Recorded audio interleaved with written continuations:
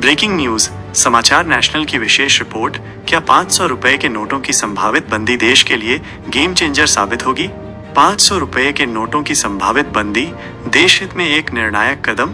Graphics, काला धन मुक्त भारत की ओर। जब भी बड़े नोटों की बंदी की बात होती है तो समाज में एक बड़ा वर्ग इसे देश के हित में देखता है। 2016 की नोटबंदी ने जहां कुछ अल्पकालिक चुनौतियां पेश की, वहीं इसने दीर्घकालिक रूप से कई ऐसे रास्ते खोले जो देश की अर्थव्यवस्था को मजबूत करने में सहायक सिद्ध हो सकते हैं। आइए गहराई से समझते हैं इसके संभावित फायदों को जो देश को एक नई आर्थिक दिशा दे सकते हैं। 1. काला धन पर सबसे बड़ी सर्जिकल स्ट्राइक। देश की अर्थव्यवस्था में काला धन एक दीमक की तरह है जो समानांतर अर्थव्यवस्था चलाकर देश की प्रगति को रोकता है। 500 रुपए के नोट, जो कि भारतीय अर्थव्यवस्था में सबसे अधिक प्रचलित उच्च मूल्य वर्ग के नोट हैं, अक्सर काले धन के संचय और लेन देन में उपयोग होते हैं। इनकी बंदी से उन लोगों के पास जमा अघोषित नकदी बेकार हो जाएगी जिन्होंने इसे बिना कर चुकाए छिपा रखा है। देश हित में यह कदम उन भ्रष्ट तत्वों पर सीधा प्रहार है जो अपनी आय को छुपा कर चोरी करते हैं। जब यह पैसा सिस्टम में आएगा, या तो बैंक में जमा होकर या बेकार होकर, तो देश की वास्तविक आर्थिक गतिविधियों में पारदर्शिता बढ़ेगी। यह ईमानदार करदाताओं के विश्वास को मजबूत करेगा और सरकार को विकास कार्यों के लिए अधिक राजस्व मिलेगा। यह एक क्लीनर इकोनॉमी की दिशा में मील का पत्थर साबित होगा। 2. नकली मुद्रा का समूल नाश।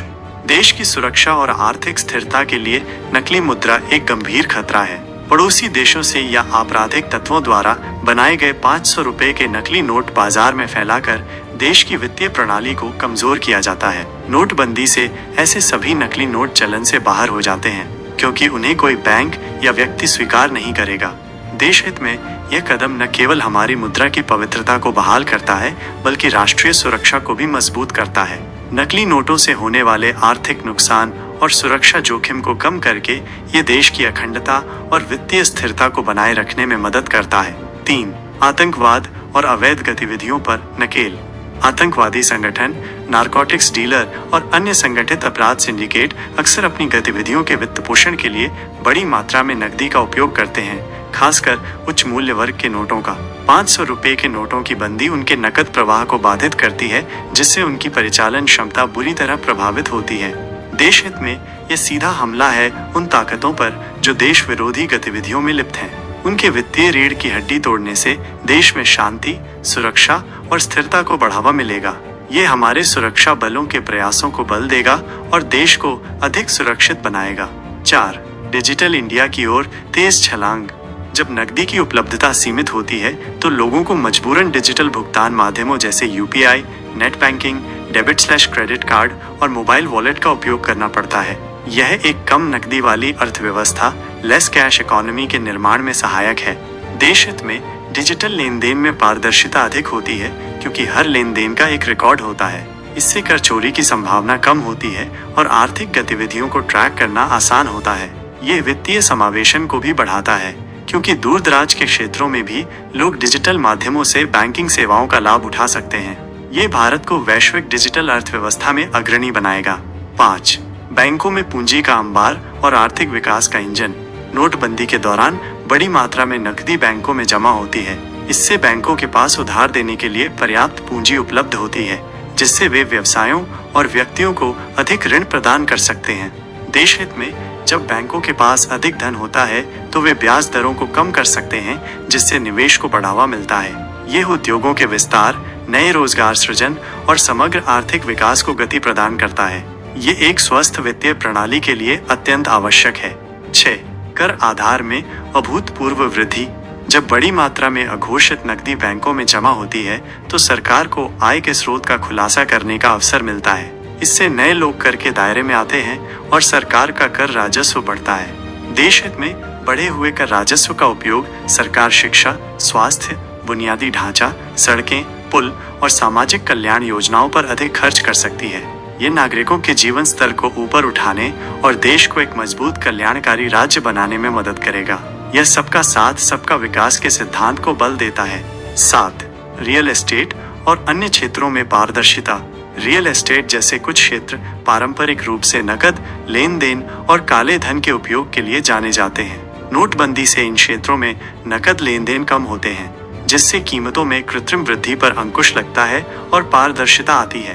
देश हित में पारदर्शिता बढ़ने से रियल एस्टेट बाजार अधिक व्यवस्थित और न्यायसंगत बनता है। यह आम खरीदारों के लिए घरों को अधिक किफायती बना सकता है और इस क्षेत्र में निवेश को बढ़ावा दे सकता है, जो अर्थव्यवस्था के लिए स्वस्थ है। समाचार नेशनल, संभावित चुनौतियां और आगे का रास्ता। ग्राफिक्स, परेशानियां अस्थायी, लाभ स्थायी। ये सच है कि इतने बड़े आर्थिक फैसले के कुछ अल्पकालिक प्रभाव और चुनौतियां भी होती हैं जिन्हें नजरअंदाज नहीं किया जा सकता। जैसा कि 2016 में देखा गया था। अल्पकालिक आर्थिक व्यवधान।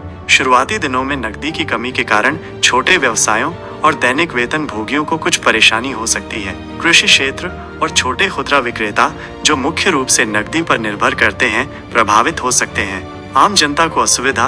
बैंकों और एटीएम के बाहर लंबी कतारें लग सकती हैं, जिससे आम नागरिकों को कुछ समय के लिए असुविधा का सामना करना पड़ सकता है। समाचार नेशनल का विश्लेषण। ये चुनौतियां वास्तविक हैं, लेकिन महत्वपूर्ण बात यह है कि ये आमतौर पर अल्पकालिक होती हैं। एक दूरदर्शी सरकार और मजबूत वित्तीय प्रणाली इन चुनौतियों को कम करने के लिए प्रभावी उपाय कर सकती है, जैसे पर्याप्त नए नोटों की छपाई, डिजिटल साक्षरता को बढ़ावा देना और बैंकों में व्यवस्था को सुचारू बनाना। कौन चाहता है और कौन नहीं? जो लोग चाहते हैं, राष्ट्रवादी और ईमानदार नागरिक। समाज का वो बड़ा वर्ग जो भ्रष्टाचार और काले धन से त्रस्त है, जो देश को साफ सुथरा और मजबूत देखना चाहता है, वह ऐसे कदमों का समर्थन करता है। ईमानदार करदाता, जो अपनी मेहनत की कमाई का कर चुकाते हैं, वे चाहते हैं कि काला धन रखने वाले भी जवाबदेह बने।